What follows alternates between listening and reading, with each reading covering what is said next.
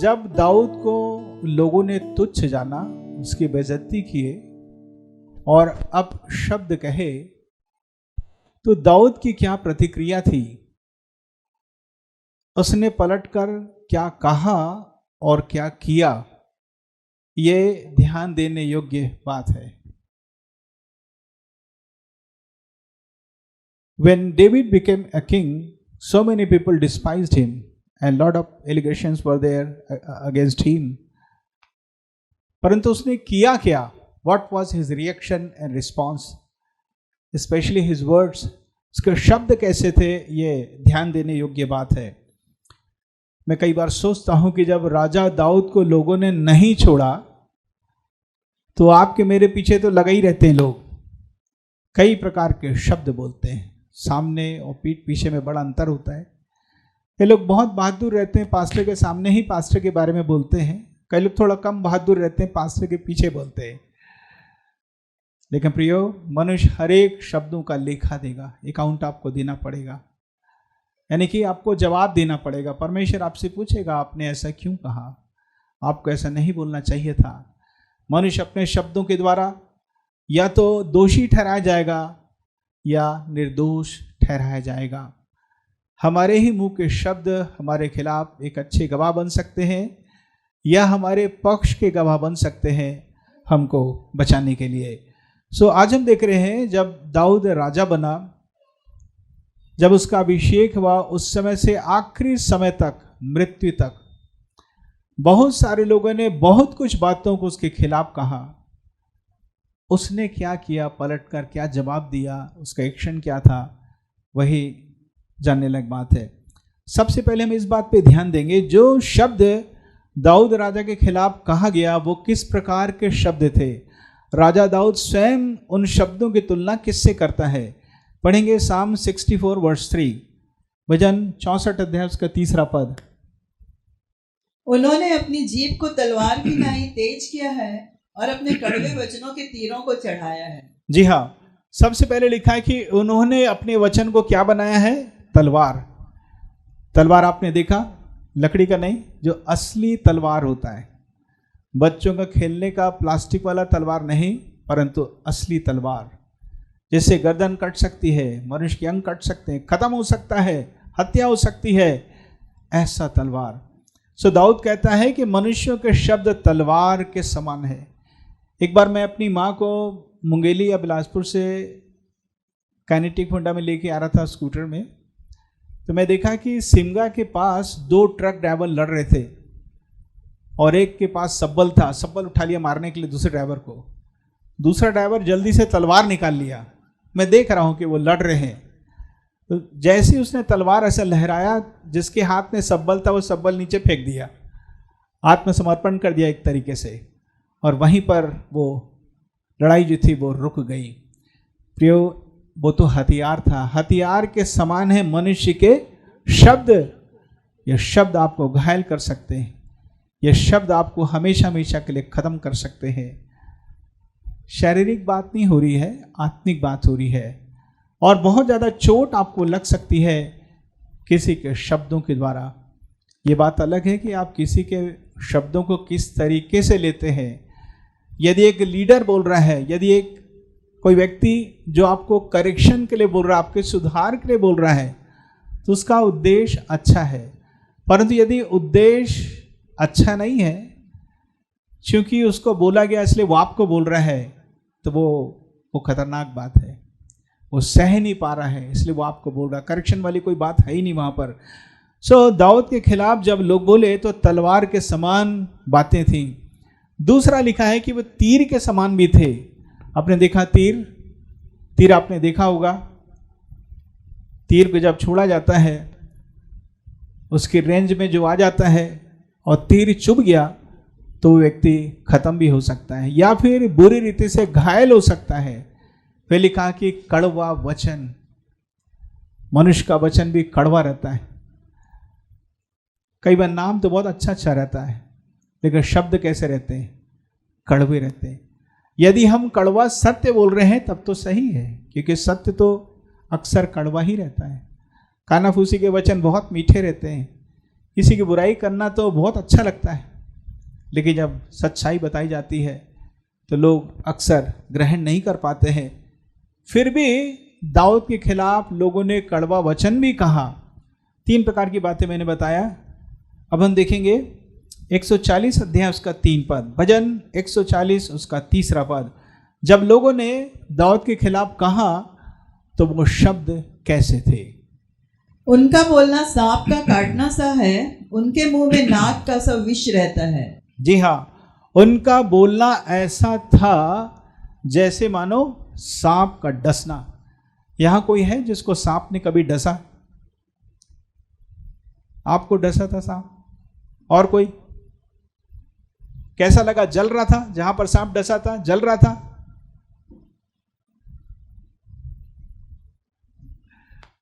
सुनाई दे रहा है इतने दूर से?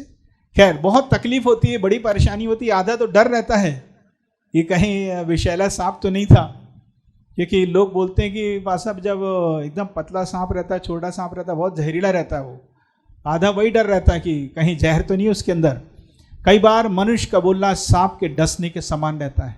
सांप का विष ऐसा उनका शब्द रहता है, उससे कोई जीवन नहीं मिलेगा। ऐसा लगता है कि वापस लौट के चले जाओ, मसीह जीवन को त्याग दो, सेवकाई को त्याग दो, ऐसा विचार आ सकता है, क्योंकि सांप का सा विष उनके शब्दों में रहता है। पढ़ेंगे भजन 55 का 3, साम 55 वर्स 3। और भी बहुत कुछ लोगों ने कहा। क्या था? क्योंकि शत्रु कोलाहल और दुष्ट उपद्रव कर रहे हैं, वे मुझ पर दोषारोपण करते हैं और क्रोध में आकर मुझे दोषारोपण करते हैं। राजा दाऊद का मैनेजमेंट बहुत अच्छा था। वो बहुत बुद्धिमानी का काम करता था, बुद्धिमानी के शब्द बोलता था।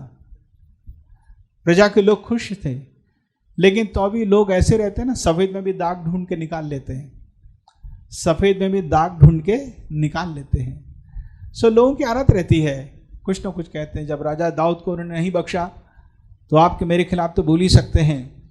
सो दोषारोपण करते हैं। फिर वहीं पर एक वाक्य लिखा है 3 पद में, 55:3, क्योंकि शत्रु कोलाहल और दुष्ट उपद्रव कर रहे हैं, वे मुझ पर दोषारोपण करते हैं और क्रोध में आकर मुझे सताते हैं। हाँ, क्रोध में आकर मुझे सताते हैं।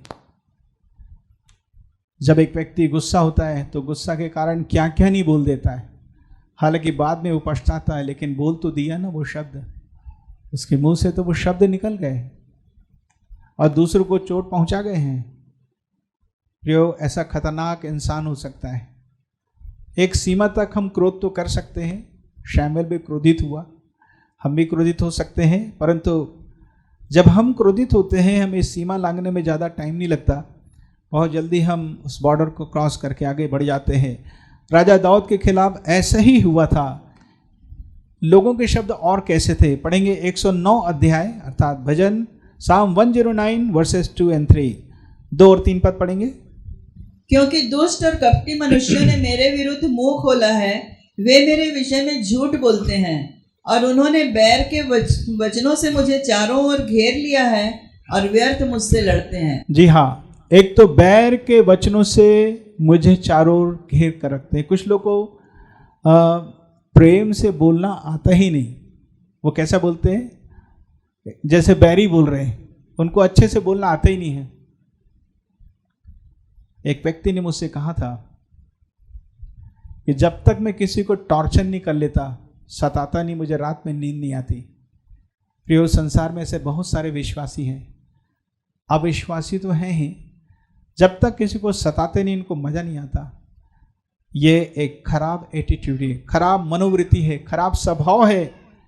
वो घर से सताना शुरू करते हैं, पत्नी पति, बच्चों को, माता पिता, सास ससुर को, फिर वो उनका कार्य क्षेत्र बढ़ता जाता है, दूसरों को भी सताते हैं, बहुत परेशान करते हैं।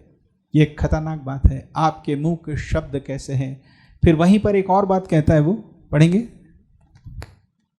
वे मेरे विषय में झूठ बोलते हैं। हाँ, झूठ बोलते हैं, झूठ झूठ ढेर सारी बातें हैं। हिंदी में कहावत है ना कि राई का पहाड़ बना दिए।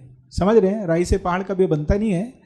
मतलब थोड़ी सी बात को कैसा करके बोल रहे हैं, खूब बढ़ा चढ़ा के। आज से बहुत साल पहले जब मैं उपन्यास पढ़ता था, मैंने एक कहानी पढ़ा था। उस कहानी में एक व्यक्ति की हत्या हो जाती है, कोई चाकू मार के हत्या कर देता है। जब कोई दूसरा व्यक्ति पहुंचता है उस स्पॉट में, वो चाकू को निकाल रहा था, उसी समय को देख लेता, उसके खिलाफ रिपोर्ट हो जाती है और उसके ऊपर आरोप लगता है कि उसने हत्या किया था।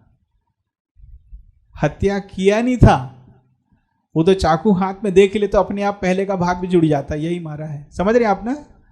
चाकू खींच रहा था वो। प्रियो, जब भी आप इस प्रकार की स्थिति में जाते हैं, बहुत बुद्धिमानी से काम करें, वरना आप फंस सकते हैं मूर्खता के कारण। मेरे कहने का मतलब, आधा सच है और ढेर सारा झूठा है, जोड़ दिया जाता है और इंसानों को अपने दृष्टि में, लोगों के दृष्टि में हम लोग गिरा के रख देते हैं। दाऊद के खिलाफ तो ऐसा ही हुआ, आपने वचन पे पढ़ लिया। बैर के वचन से और झूठे वचन से दोषारोपण कर रहे थे। ऐसे कई प्रकार के व्यर्थ के शब्दों से दाऊद घिरा हुआ था। अब हम देखेंगे राजा दाऊद ने क्या किया, क्या कहा और उसके खिलाफ कौन कौन सी बातें कही गई। सबसे पहली बात, भजन 3 का 2 पद पढ़ेंगे। Psalm 3 verse 2। बहुत से मेरे प्राण के विषय में कहते हैं कि उसका बचाव परमेश्वर की ओर से नहीं हो। जी हाँ, बहुत से लोग कहते हैं कि उसका बचाव परमेश्वर की ओर से नहीं हो सकता। मुझे नहीं मालूम इस वचन का मतलब क्या है, परंतु मैं कल्पना करके ऐसा सोच सकता हूं, या तो दाऊद कई बार जब घिर चुका था तो लोगों ने विचार किया कि अब तो दाऊद बच ही नहीं सकता, परमेश्वर भी बचा नहीं सकता। एक बार दाऊद अपने घर में ही घिर गया था, मिकल ने बताया, उसकी पत्नी ने बताया। एक जगह से भाग के निकला, उसकी पत्नी पलंग में ऐसा कुछ कुछ बिछा दी थी ताकि लगे कि हाँ कोई आदमी सो रहा है। इस तरीके से वो बच गया। कई बार जंगल में वो घिर चुका था, क्योंकि नगर के लोग चुगली करते थे, बता देते थे राजा शाऊल को कि वो हमारे बीच में छिपा हुआ। हर बार परमेश्वर ने दाऊद को बचाया, शाऊल के हाथों में पड़ने नहीं दिया। हालेलुया। परंतु कई लोगों ने कहा कि उसका बचाव तो परमेश्वर भी नहीं कर सकता। अर्थात हम इतना सोच के रखे हैं, घेर के रखे हैं, अब तो वो बच नहीं सकता। तो दाऊद क्या बोला? 3 पद पढ़ेंगे। परंतु हे यहोवा, तू तो मेरे चारों ओर मेरी ढाल है, तू मेरी महिमा और मेरे मस्तिष्क का ऊंचा करने वाला परंतु है। का मतलब उस पहले पद का रिप्लाई है वहां पर। शत्रु मेरे चारों ओर मुझे घेर लेते हैं, उसका बचाव नहीं हो सकता, लोग सोचते हैं। परंतु यहोवा परमेश्वर मेरे लिए क्या है? गढ़ है। क्या लिखा है? ढाल है। वो मेरे लिए ढाल है, शील्ड है। वैसे जो ढाल होती है वो ढाल सामने होती है। ध्यान देंगे, सैनिक जब ढाल लेके जाता है तो एक हाथ में ढाल पकड़ता है, दूसरे हाथ में तलवार पकड़ता है। लेकिन दाऊद क्या बोलता है? कितने तरफ है मेरी ढाल? चारों तरफ ढाल है। हालेलुया। मेरे चारों तरफ ढाल है, एक तरफ नहीं। ढाल पीछे भी है, इधर भी, इधर भी, ऊपर नीचे सब तरफ है। ढाल मतलब ढलान नहीं, शील्ड है। वो मेरे चारों तरफ सुरक्षा कवच है, ऐसा हम कह सकते हैं। आपका ताबीज आपको बचाएगा नहीं, आपका धागा आपको बचाएगा नहीं। कोई चीज़ समझ रहे ना, रखने से लटकाने से बचेंगे नहीं, आप बचेंगे परमेश्वर के नाम से। हालेलुया। प्रभु यीशु के नाम से आप बचेंगे। लिखा है कि बाद दुष्ट तुम्हें छूने नहीं पाएगा, अधोलोक के फाटक कलीसिया में प्रबल नहीं होंगे। जिस दिन हमारा समय आएगा हम प्रभु के पास चले जाएंगे, लेकिन उसके पहले हम हमेशा बचाए जाएंगे। तो जब दाऊद के खिलाफ ऐसा कहा गया, सबसे पहली बात उसने कहा, यहोवा मेरे चारों ओर मेरी ढाल है। आपको ऐसा बोलने की आवश्यकता है। दूसरी बात पढ़ेंगे, और क्या कहा लोगों ने दाऊद के खिलाफ। 4 का 6 पढ़ेंगे, भजन 4 का 6। बहुत से हैं जो कहते हैं कि कौन हमको कुछ भलाई दिखाएगा। हे यहोवा, तू अपने मुख का प्रकाश। सो यहाँ लिखा है, बहुत से लोग कहते हैं कि कौन हमको भलाई दिखाएगा। मैं आपको 2-3 रेफरेंस आपको बताऊंगा। लोगों ने ऐसा क्यों सोचा? दाऊद तो राजा था, भलाई ही भलाई थी। उसने कई टन सोना दिया प्रभु के भवन के लिए, आर्थिक रूप से संपन्न था। फिर लोगों ने कैसे कह दिया? मतलब जरूर कोई परेशानी राजा दाऊद के जीवन में आई थी और तभी लोग बोले कि इसके साथ अब भलाई नहीं होगी। क्या हुआ होगा, आइए हम वचन में देखेंगे। सबसे पहले पढ़ेंगे भजन 27 का 10, Psalm 27 verse 10। मेरे माता पिता ने तो मुझे छोड़ दिया है, परंतु यहोवा मुझे संभाल लेगा। जी हाँ, मेरे माता पिता ने तो मुझे छोड़ दिया है। कब छोड़ दिए थे नहीं मालूम, हमें नहीं मालूम, लेकिन इतना जरूर लिखा, मेरे माता पिता ने तो मुझे छोड़ दिया। प्रियो, कई बार जब लोग विभिन्न पृष्ठभूमि से आते हैं, प्रभु को स्वीकार करते हैं, और यदि माता पिता विश्वासी नहीं हैं और विरोध नहीं करते हैं तो अच्छी बात है। यदि विरोध करते हैं तब तो एक बड़ी चुनौती रहती है। कई बच्चों को घर से निकाल दिया जाता है, पैतृक संपत्ति से वंचित कर दिया जाता है, उन्हें खाना नहीं दिया जाता, जो घर में मिलता कुछ भी नहीं दिया जाता, घर से निकाल दिया जाता, मारा पीटा जाता है। यदि कोई ऐसा है, परमेश्वर आपकी रक्षा करेंगे, परमेश्वर आपकी सहायता करेंगे, न केवल यहाँ लेके वहाँ भी आपको इनाम मिलेगा। बस आपको सही निर्णय लेने की आवश्यकता है। सो माता पिता ने भी दाऊद को छोड़ दिया था। 38 का 11 पढ़ेंगे, Psalm 38 verse 11।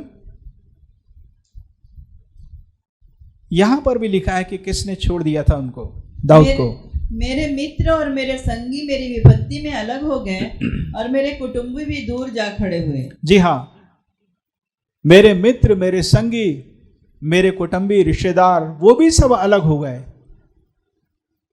सब के सब दाऊद से अलग हो गए थे। दाऊद अकेला पड़ गया था। पूरा वर्णन तो नहीं है कौन कौन, लेकिन वो अकेला जरूर था। क्या मसीही जीवन में आप अपने आप को अकेला समझते हैं, अकेला पाते हैं, अकेला महसूस करते हैं? इस संसार का बनाने वाला आपके साथ रहता है। हालेलुया। मैं ऐसा सोचता, मुझे बहुत अच्छा लगता है, इस संसार का बनाने वाला मालिक वो मेरे साथ रहता है, वो आपके भी साथ रहता है यदि आपने स्वीकार किया हो तो। और बस इतना ही पर्याप्त है। एक गीत हम लोग गाते हैं, यीशु काफ़ी है। यीशु क्या है? Is more than sufficient to me. उतना ही काफ़ी है कि प्रभु यीशु मसीह मेरे साथ हैं। बाकी लोग रहें तो अच्छी बात है, ना रहें तो कोई विशेष बात नहीं है, लेकिन बनाने वाला तो, संसार का बनाने वाला मेरे साथ है। पढ़ेंगे 69 Psalm verses 8 and 9, 69 अध्याय भजन 8 और 9 पर। मैं अपने भाइयों के सामने अजनबी हुआ और अपने सगे भाइयों की दृष्टि में परदेशी ठहरा हूँ। जी हाँ, मैं अपने भाइयों के सामने अजनबी हुआ, सगे भाइयों की दृष्टि में परदेशी ठहरा। ये स्थिति उसकी हो गई थी, अर्थात सब के सब अलग हो गए थे। इसलिए तो लोगों ने कहा, क्या अब दाऊद के साथ भलाई होगी, जब कोई नहीं था उसके साथ। प्रियो, मैं कहना चाहता हूँ, माता पिता की उपस्थिति में उनके जीवित रहते हुए भी परमेश्वर आपको बहुत बढ़ाएगा। और जब समय आ जाएगा जब माता पिता ले लिए जाएंगे, उठा लिए जाएंगे, खत्म हो जाएंगे, इसका मतलब परमेश्वर आपको अनाथ नहीं छोड़ेगा, परमेश्वर भी बढ़ाएगा। हालेलुया। जब मेरे माता पिता जीवित थे, प्रभु ने मुझे बढ़ाया। उनके जाने के करीब 13 साल तो हो ही गया होगा, मैं सोचता हूँ। 13 साल के बाद भी परमेश्वर मुझे बढ़ा रहा है, मेरी रक्षा कर रहा है। मैं सोचता हूँ कई बार काश कि वो दिन वो देखे होते कि आज हम कितनी अच्छी स्थिति में हैं, अभी भी सेवा कर रहे हैं, प्रभु की महिमा कर रहे हैं और जीवित हैं और भले चंगे स्वस्थ हैं। सो मैं आपसे कहना चाहता हूँ, लोग बोल सकते हैं अरे इसके साथ क्या भलाई होगी, क्योंकि सब तो अलग हो गए उससे। प्रिय, मैं कहना चाहता हूँ परमेश्वर तो आपके साथ है, परमेश्वर आपको बढ़ाएगा। सो ऐसी स्थिति में दाऊद ने क्या कहा, अब हम देखेंगे। भजन 4 का 6 पढ़ेंगे, भजन 4 का 6। बहुत से हैं जो कहते हैं कि कौन हमको कुछ भलाई दिखाएगा, हे यहोवा तू अपने मुख का प्रकाश हम पर। जी हाँ, अब वो कह रहा है, हे यहोवा परमेश्वर अपने मुख का प्रकाश मुझ पर चमका। भजन में एक जगह लिखा है, तू अपने मुख का प्रकाश मुझ पर चमका, ताकि फिर से ज्यों का त्यों सब कुछ हो जाए। सब कुछ वैसी हो जाएगा, पहले से बेहतर हो जाएगा। बस अपने चेहरे का प्रकाश मेरे चेहरे पर चमका दे। फिर एक जगह ऐसा लिखा है, ताकि तेरी गति, तेरे मूवमेंट, तेरे कार्य सारे पृथ्वी पर लोग जान सकें। अर्थात एक नई गवाही का जीवन आप मुझे देंगे। 27 का 10 भी पढ़ेंगे, भजन 27 का 10। वो क्या कहता है, जब लोगों ने कहा कि दाऊद तुम्हारे साथ कभी भलाई नहीं हो सकती, तो दाऊद ने क्या कहा? मेरे माता पिता ने तो मुझे छोड़ दिया है, परंतु यहोवा मुझे संभाल लेगा। जी हाँ, माता पिता ने तो मुझे छोड़ दिया है, परंतु वो शब्द ही मुझे अच्छा लगता, परंतु यहोवा मुझे क्या करेगा, संभाल लेगा। माता पिता का काम है कि बच्चों को संभाले। फिर जब ये माता पिता बूढ़े हो जाते हैं, बच्चे जवान हो जाते हैं, काम करने लायक होते हैं, तो वो माता पिता को संभालते हैं। पर एक समय आता है कि माता पिता चले जाते हैं, तो कौन संभालेगा हमको? परमेश्वर संभालेगा। परमेश्वर हमेशा ही आपको संभालना चाहता है, हर क्षेत्र में आपको उन्नति का जीवन देना चाहता है। सो आपको ऐसा बोलने की आवश्यकता जब लोग आपके खिलाफ कुछ बोलते हैं। तीसरी बात, जब लोगों ने दाऊद के खिलाफ क्या कहा, साम 41 वर्सेस 5, 6, 7, 8, भजन 41वां अध्याय 5 से 8 पद। मेरे शत्रु यह कहकर मेरी बुराई करते हैं, हाँ, शत्रु मेरे बुराई करते हैं। आगे, वह कब मरेगा? जी, कब मरेगा? बाप रे, यहाँ तक भी बात चल रही है क्या? कब मरेगा? आगे, और उसका नाम कब मिटेगा? जी।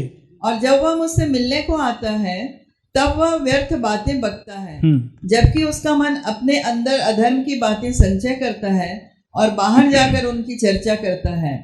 मेरे सब बैरी मिलकर मेरे विरुद्ध कानाफूसी करते हैं। हाँ, कानाफूसी भी चल रही है, और वे मेरे विरुद्ध होकर मेरी हानि की कल्पना कर रहे हैं, और वे कहते हैं कि इसे तो कोई बुरा रोग लग गया। हाँ, ऐसा लगता है कुछ भयानक क्रिटिकल कंडीशन आ गई है, वो दुनिया भर का बीमारी लग गया उसको, फिर क्या नहीं होगा, वो पड़ा है वो तो फिर कभी उठने, अभी बिस्तर से उठेगा ही नहीं, आईसीयू से कभी बाहर आएगा ही नहीं, वो खत्म ही हो जाएगा। लोग क्या क्या कहते हैं, राजा दाऊद के खिलाफ लोग ऐसा बोला करते थे, ढेर सारी बातें दाऊद के खिलाफ कहा करते थे। संभवतः आपके मेरे लिए भी लोग कभी न कभी बोले होंगे, लेकिन दाऊद क्या बोलता है? 10:11 पढ़ेंगे। परंतु हे यहोवा, तो मुझ पर अनुग्रह करके मुझको उठा ले कि मैं उनको बदला दूं। सबसे पहली बात दाऊद बोलता है, हे परमेश्वर मुझ पर अनुग्रह कर, क्योंकि वो इस बात को अच्छे से समझ गया था, अनुग्रह के द्वारा हम एक नया जीवन प्राप्त करते हैं, अनुग्रह के द्वारा सफलताएं प्राप्त करते हैं, असफलताएं दूर होती हैं, नए नए अनुभव जुड़ते हैं, नई नई गवाहियां जुड़ती हैं। मुझ पर अनुग्रह कर। 11 पद, मेरा शत्रु जो मुझ पर जयवंत नहीं हो पाता, इससे मैंने जान लिया है कि तुम मुझसे प्रसन्न है। यदि परमेश्वर मुझसे प्रसन्न है तो कैसे पता चलेगा? क्योंकि मेरा शत्रु मुझ पर क्या नहीं हो पा रहा है, प्रबल नहीं हो पा रहा है। हम बीमार तो पड़ते हैं, लेकिन प्रभु चंगाई भी देता है। शैतानी का अटैक होता है, लेकिन फिर भी हम बच जाते हैं, परमेश्वर जय देता है। गरीबी, पॉवर्टी, कंगालपन, अभाव, ये हमारा पीछा तो करता है, और हर महीने का खर्च निकल ही जाता है। हालेलुया। परमेश्वर भूखे मरने नहीं देता, तीनों समय का खाना देता है। यदि कोई घर में आ जाए तो उनके लिए भी देता है। ये आपकी बात और मैं अपनी बात कर रहा हूँ, यानी कि परमेश्वर हमेशा हमारी सहायता करता है। और क्या कहा था लोगों ने दाऊद के खिलाफ? 59 अध्याय भजन उसका 7वां पद, साम 59 वर्स 7। देख, वे डकारते हैं, उनके मुंह के भीतर तलवारें हैं, क्योंकि वे कहते हैं कौन हमें सुनता है। हाँ, मुझे नहीं मालूम इस लाइन का क्या अर्थ हो सकता है, पर मैं ऐसा सोचता हूं कि जो दुष्ट लोग थे, जो दाऊद के खिलाफ बात करते थे, वो कहते थे कौन हमें सुनता है। क्या परमेश्वर नहीं सुनता? परमेश्वर तो सुनता है सबकी बात, तभी तो शब्दों के अनुसार न्याय होगा। उन्होंने परमेश्वर को भी तुच्छ जाना, हम इतने बलवान हैं, कौन हमारी सुनेगा। और दाऊद के खिलाफ उनके शब्द तलवार के समान थे। जी हाँ, तो दाऊद ऐसे समय में क्या बोलता है? 8 और 9 पढ़ेंगे। परंतु हे यहोवा, तू उन पर हंसेगा, तू सब अन्य जातियों को ठट्ठों में उड़ाएगा। हे मेरे बल, मुझे तेरी आस होगी, क्योंकि परमेश्वर मेरा ऊंचा गढ़ है। हाँ, तू मेरा ऊंचा गढ़ है। गढ़ का मतलब समझते हैं आप? गढ़ क्या होता है? गढ़ मतलब इतना मजबूत किला जिसमें आप वहां रहकर छिप सकते हैं, अर्थात सुरक्षित रह सकते हैं। एक स्ट्रॉन्ग टावर जिसे कह सकते हैं, जहां पर आप बचकर सुरक्षित रह सकते हैं। जी हाँ, परमेश्वर ही हमारा स्ट्रॉन्ग टावर है। हालेलुया। वही हमारा गढ़ है जिसमें हम छुप सकते हैं और सुरक्षित रह सकते हैं।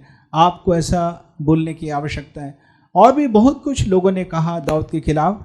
पढ़ेंगे 69 वर्सेस 10, 11, 12, 69 अध्याय उसका 10, 11, 12।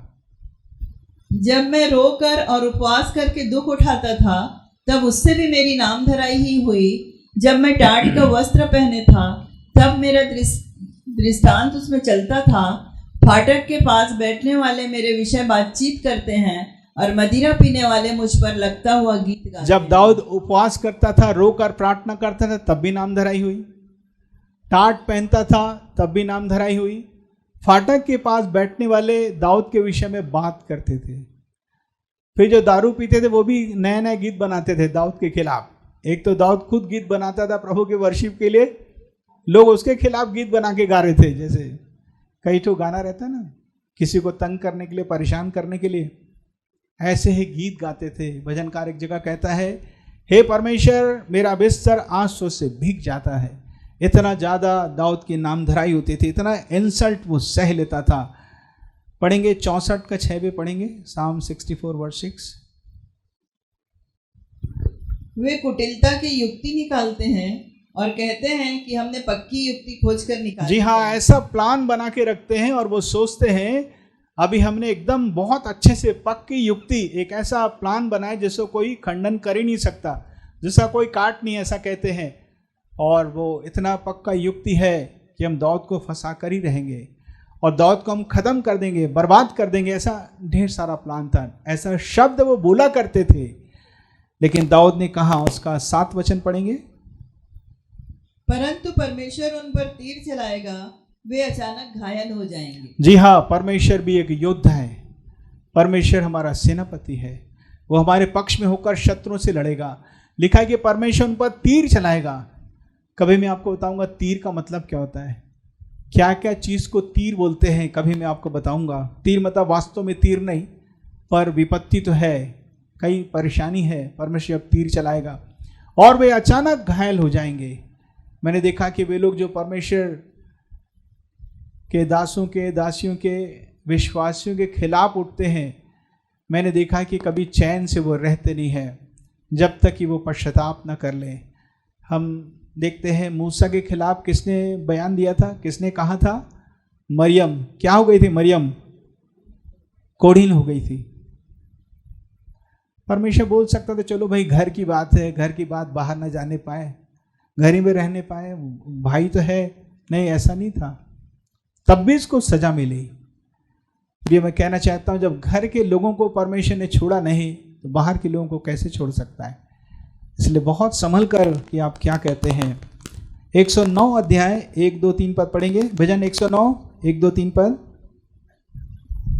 हे परमेश्वर, तू जिसकी मैं स्तुति करता हूँ, चुप न रह, क्योंकि दुष्ट और कपटी मनुष्यों ने मेरे विरुद्ध मुंह खोला है। वे मेरे विषय में झूठ बोलते हैं। वो मेरे विषय में झूठ बोलते हैं। छोटी छोटी बातों को, झूठ की बातों को फैलाना। कई बार ऐसा लगता है सत्य कम फैल रहा है, झूठी बातें ज़्यादा फैल रही हैं। उन्होंने बैर के वचनों से मुझे चारों ओर से घेर लिया, व्यर्थ मुझसे लड़ते हैं। अब पढ़ेंगे दूसरा शामुएल 16 अध्याय 5 से 8 पद। फिर इसके बाद हम ध्यान देंगे दाऊद ने क्या किया। दूसरा शामुएल 16 अध्याय 5, 6, 7, 8 पढ़ेंगे। जब दाऊद राजा बहूरीम तक पहुंचा, तब शाऊल का एक कुटुंबी वहां से निकला। वह गेरा का पुत्र शिमी नाम का था और वह कोसता हुआ चला आया और दाऊद पर और दाऊद राजा के सब कर्मचारियों पर पत्थर फेंकने लगा, और शूरवीरों समेत सब लोग उसकी दाहिनी बाईं दोनों ओर थे। और शिमी कोसता हुआ यूं बकता गया कि दूर हो खूनी, दूर हो ओछे, निकल जा, निकल जा। यहोवा ने तुझसे शाऊल के घराने के खून का पूरा पलटा लिया है, जिसके स्थान पर तू राजा बना है। यहोवा ने राज्य को तेरे पुत्र अबशालोम के हाथ कर दिया है, और इसलिए कि तू खूनी है, तू अपनी बुराई में आप फंस गया। जी हाँ, सो हम यहाँ पे देखते हैं जब अबशालोम दाऊद का बेटा राजद्रोह किया और अपने ही पिता के खिलाफ चला गया। अबशालोम ऐसा बेटा था दाऊद का कि दाऊद ने कभी भी डांट के नहीं कहा था अबशालोम तूने ये गलत किया है। बचपन से कभी करेक्ट नहीं किया गया, जब बड़ा हुआ तो अपने ही पिता के खिलाफ चला गया। खैर, जब अबशालोम लड़ने के लिए आने वाला था, यरूशलेम आ सकता था, तो दाऊद अपने परिवार के समेत यरूशलेम से बाहर चला गया कि वो स्थिति आने ना पाए, बाप बेटा का युद्ध ना होने पाए। और ऐसे ही समय में शाऊल राजा का एक रिश्तेदार आ गया, उसने बहुत कुछ कहा दाऊद के खिलाफ, ओछे शब्द कहा, खूनी कहा, हत्यारा कहा, कोस रहा था और धूल और मिट्टी फेंक रहा था। क्या कोई राजा के खिलाफ ऐसा कोई काम कर सकता है? आप क्या सोचते हैं? राजा को श्राप न देना बाइबल में लिखा है। उसका सेनापति कहता भी है कि राजा आदेश दीजिए, मैं इसका सिर काट देता हूं।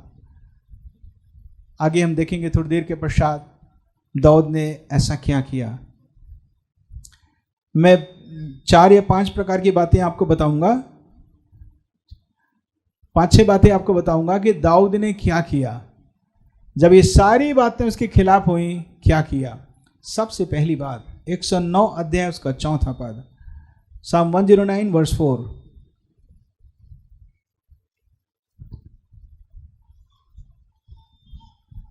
मेरे प्रेम के बदले में वे मुझसे विरोध करते हैं, परंतु मैं तो प्रार्थना में लवलीन रहता हूं। मैं तो प्रार्थना में लवलीन रहूंगा। हालेलुया। चाहे कितना भी मेरे विरुद्ध बोला जाए, परंतु मैं तो प्रार्थना में लवलीन रहूंगा। ऐसे नहीं लिखा कोशिश करूंगा। ब्रदर, प्रार्थना कहाँ होता है ऐसी स्थिति में? नहीं, लवलीन रहूंगा। किसमें? यूट्यूब में, फेसबुक में नहीं, प्रार्थना में। किसमें लवलीन रहूंगा? प्रार्थना में। लवलीन मतलब समझते हैं क्या होता है? छोटे छोटे बच्चे जब खेलते हैं ना तो खाने का भी टाइम नहीं रहता, मतलब उनको इतना मजा आता है खेल में कि वो खाने का टाइम बढ़ जाता है।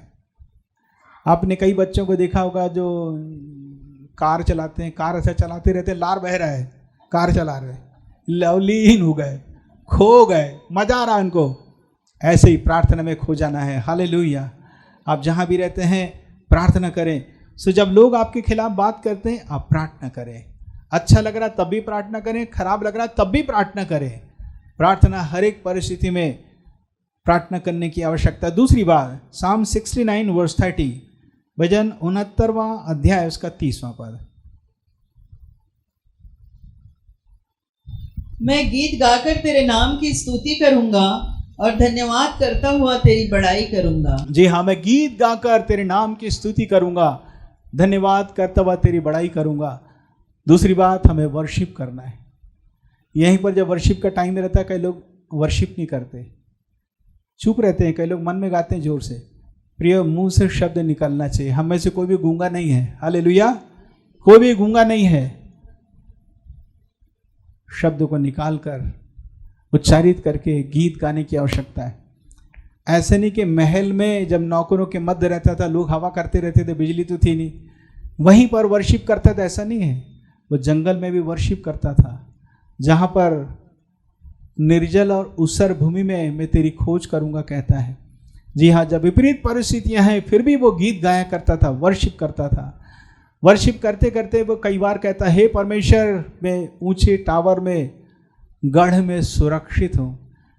वर्शिप में एक और अनुभव है, मैं आपको बताना चाहता हूँ। जब हम वर्शिप करते हैं तो हम कल्पना भी करें, यदि सुरक्षा वाली बात है तो हम कल्पना करें कि मैं गढ़ में सुरक्षित हूँ। कल्पना करके भी हम क्या कर सकते हैं? आराधना कर सकते हैं। दाऊद ने कई बार किया, पता नहीं आपने इस बात में कभी ध्यान दिया कि नहीं। दूसरी बात, हमें गीत गाना है, प्रभु की आराधना करना। तीसरी बात, भजन 38वां अध्याय 13वां वचन, Psalm 38 वर्स 13। परंतु मैं बहरे की नाई सुनता ही नहीं और मैं गूंगे के समान मुंह नहीं खोलता। सबसे कठिन काम। जैसे कोई हमें बोलता, हम लोग बोलते हैं क्या बोला रे, क्या, यानी कि हमारे कान क्या हो जाते हैं? तेज हो जाते हैं। बहरे के समान सुनते ही नहीं। लोग बोलते तू तो बहरा हो गया है। नहीं, बहरे के समान बनना है। बहरे के समान बनने की आवश्यकता है। फिर किसके समान बनना है? गूंगे के समान। बोलना ही नहीं है, शांत रहना है। जब आएगा ना समय, तब परमेश्वर लेखा लेगा इन बातों का। आप चुप रहिए, परमेश्वर को काम करने का अवसर दीजिए। कई बार अपने अधिकार का इस्तेमाल करना पड़ता है, चिल्लाना पड़ता है, लोगों को बोलना पड़ता है, ऊंची आवाज में कहना पड़ता है। वो भी एक सीमा के अंदर, उससे बाहर हम लोग नहीं जा सकते। लेकिन तो भी राजा दाऊद के जीवन से हम सीखते हैं कि वो ऐसा भी बना ताकि उस परिस्थिति पर जय प्राप्त कर सके। चौथी बात, भजन 38 का 15 भी पढ़ेंगे।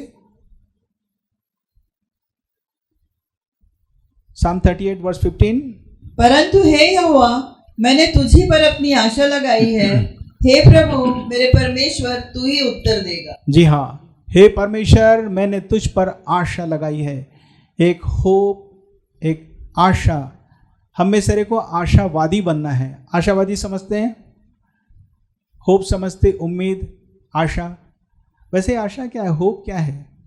भविष्य में मेरे लिए परमेश्वर ऐसा ऐसा करेगा, उसको सोचकर अभी से आनंदित हो जाना है। हालेलुया। अभी से क्या हो जाना है? आनंदित हो जाना है, ये समझकर कि परमेश्वर ने वो उपाय आपके लिए कर दिया है, वो प्रबंध कर दिया है, वो आपको मिल गया है। ऐसा आपको सोचना है। मसीही जीवन में ढेर सारी बातों के लिए आशा रहती है। हमारे पास एक उत्तम आशा है, जब हम यहाँ का जीवन समाप्त करेंगे हम वहाँ प्रभु के साथ रहेंगे। हालेलुया। हमें मालूम है कि मृत्यु के बाद क्या होगा, अनंत काल तक हम परमेश्वर के साथ रहेंगे। ये अनुभव वाली बात है, उसमें आशा जो है छिपी हुई है। आशा की भी वस्तुओं का निश्चय ही क्या है? विश्वास से बाइबल में लिखा है। सो आशावादी बनने की आवश्यकता है। आशावादी जीवन जीने की आशा करता है। आशावादी हमेशा जीवन जीने की क्या करता है? आशा रखता है। एक बार एक धोबी था, उसके पास पुराना गधा था। जिंदगी भर धोबी जो है उस गधे को इस्तेमाल किया। धोबी को लगने लगा कि ये गधा संभवतः मेरे काम का नहीं है, क्योंकि जब मैं कपड़ा लेके जाता हूँ धोने के लिए घाट में तो कपड़ा सूखा रहता है, लेकिन जब मैं धो के लेके आता हूँ कपड़ा गीला रहता है तो बहुत भारी हो जाता है, तो गधा बड़ी मुश्किल में चलता है। तो धोबी को लगा कि मैं इसको आज ख़त्म ही कर देता हूँ। उसको गड्ढे में ढकेल दिया और ऊपर से मिट्टी डालते जाता था। वो मिट्टी गधे के ऊपर गिरती थी। गधा ज़रूर था लेकिन बुद्धिमान था। वो मिट्टी झाड़ देता था अपने पीठ से, वो मिट्टी ज़मीन में गिर जाती थी गड्ढे के अंदर। जितने बार भी धोबी ने मिट्टी फेंका गधे के ऊपर, हमेशा वो मिट्टी नीचे गिरा देता था। वो मिट्टी बढ़ते जा रही है, बढ़ते जा रही है, बढ़ते जा रही है। इतना लेवल आ गया कि गधा उसी के ऊपर पाँव रख के बाहर आ गया गड्ढे से। हालेलुया। प्रियो, आशावादी बनने की आवश्यकता है। जीने की इच्छा रखें। परमेश्वर ऑलरेडी आपके लिए सोच चुका है, आपको प्राप्त करना है।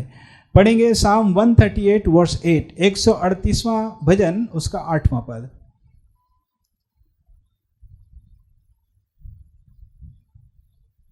यहोवा मेरे लिए सब कुछ पूरा करेगा। हे यहोवा, तेरी करुणा सदा की है, तो अपने हाथों के कार्यों को त्याग न दे। जी हाँ, 5वीं बात, राजा दाऊद परमेश्वर पर विश्वास किया। क्या? कि यहोवा मेरे लिए सब कुछ पूरा करेगा। आप मेरे पीछे पीछे बोलेंगे, यहोवा यहोवा मेरे लिए सब कुछ पूरा करेगा, पूरा करेगा ही। हालेलुया। परमेश्वर सब कुछ पूरा करने वाला। कौन सा सब कुछ? जो कुछ उसने आपसे कहा है, जो कुछ आपकी आवश्यकता है, हर दरार को वो भर देगा, हर चीज़ को ठीक करेगा, आपको सिद्ध बनाएगा, अपने स्वभाव में ढाल देगा। वस्तुएं देना तो साधारण सी बात है। सो परमेश्वर सब कुछ पूरा करेगा। एक आखिरी बात, 2 शामुएल 16 अध्याय 10 से 12 हमने पढ़ा था, 5 से 8। जब वो शिमी नाम का व्यक्ति दाऊद को कोस रहा था, सेनापति ने कहा कि आदेश दीजिए राजा जी, मैं इसको खत्म कर देता हूं। तो दाऊद ने क्या कहा? 10 से 12। राजा ने कहा, सरुया के बेटों, मुझे तुमसे क्या काम? वह जो कोसता है, और यहोवा ने जो उससे कहा है कि दाऊद को श्राप दे, तो उससे कौन पूछ सकता है कि तूने ऐसा क्यों किया? फिर दाऊद ने अभिषय और अपने सब कर्मचारियों से कहा, जब मेरा निज पुत्र भी मेरे प्राण का खोजी है, तो यह बिन्यामीनी अब ऐसा क्यों न करे? उसको रहने दो और शाप देने दो, क्योंकि यहोवा ने उससे कहा है। कदाचित यहोवा इस उपद्रव पर जो मुझ पर हो रहा है दृष्टि करके आज की शाप की संति मुझे भला बदला दे। वैसे तो ढेर सारी बातें हैं, लेकिन आखिरी पद, कदाचित यहोवा इस उपद्रव पर जो मुझ पर हो रहा है दृष्टि करके आज के श्राप के बदले मुझे भला बदला दे। हालेलुया। जो कुछ आपके साथ हो रहा है परमेश्वर उसको भलाई में बदल सकता है। ये तो दाऊद ने कहा था। भजनकार 119 में कहता, जो दुख मुझे हुआ वो मेरे भला ही के लिए हुआ। दाऊद का वचन नहीं था, वो किसी और भजनकार का वचन था। फिर यूसुफ ने कहा अपने भाइयों से, जो कुछ तुमने बुरा सोचा उसी में परमेश्वर ने मेरे लिए क्या सोचा? अच्छा सोचा, भलाई के लिए सोचा। तो प्रियो, आपके साथ जो कुछ हो रहा है बस परमेश्वर को धन्यवाद दें। ये सोचें कि परमेश्वर इन सारी बातों के बदले में आपके जीवन में भलाई को ही उत्पन्न करने जा रहा है। आइए खड़े होकर हम प्रार्थना करेंगे। मैंने आपको बताया कि दाऊद के खिलाफ लोगों ने क्या क्या नहीं कहा, बहुत ही बुरा कहा। लोगों के शब्द तलवार, तीर, कड़वे वचन थे, हानि के वचन थे, लड़ने वाले वचन थे, दोषारोपण, झूठी बातें, बहुत सारी बातें। पर दाऊद अपने पूरे जीवन काल को पूरा किया, अच्छे से जिया। उसका संबंध परमेश्वर के साथ ठीक था। लोगों ने उसकी मृत्यु की कल्पना तक कर लिए थे। मर ही जाएगा, बिस्तर से उठेगा नहीं, अब बच नहीं पाएगा क्योंकि घिर चुका है। क्या उसके साथ कभी भलाई भी हो सकती है? क्योंकि खराब परिस्थिति चल रही थी। लेकिन हर एक परिस्थितियों से परमेश्वर ने बाहर निकाला, क्योंकि वो प्रार्थना करने वाला था, आराधना करने वाला था, विश्वासी था, आशावादी था। क्या यही बातें हमारे अंदर हैं? जो कुछ घट रहा है आपके जीवन में, आप एक अच्छा निर्णय लें। हर एक वो पत्थर जो लोगों ने आपके जीवन में डाला, फेंका, उसे स्टेपिंग स्टोन्स बना लें। पांव रखकर आगे बढ़ने के लिए रास्ता बना लें। जहां पर लोगों ने आपको तुच्छ जाना, बहुत कुछ कहा, चुप हो जाइए। परमेश्वर बदला लेगा, परमेश्वर सही समय पर बदला लेगा। यदि सामने वाला क्षमा मांगता है तब तो ठीक है, यदि नहीं तो परमेश्वर के पास भी सजा है। प्रेम से तो भरा हुआ है, लेकिन न्याय करना परमेश्वर को आता है। आइए हम प्रार्थना करें अपने लिए।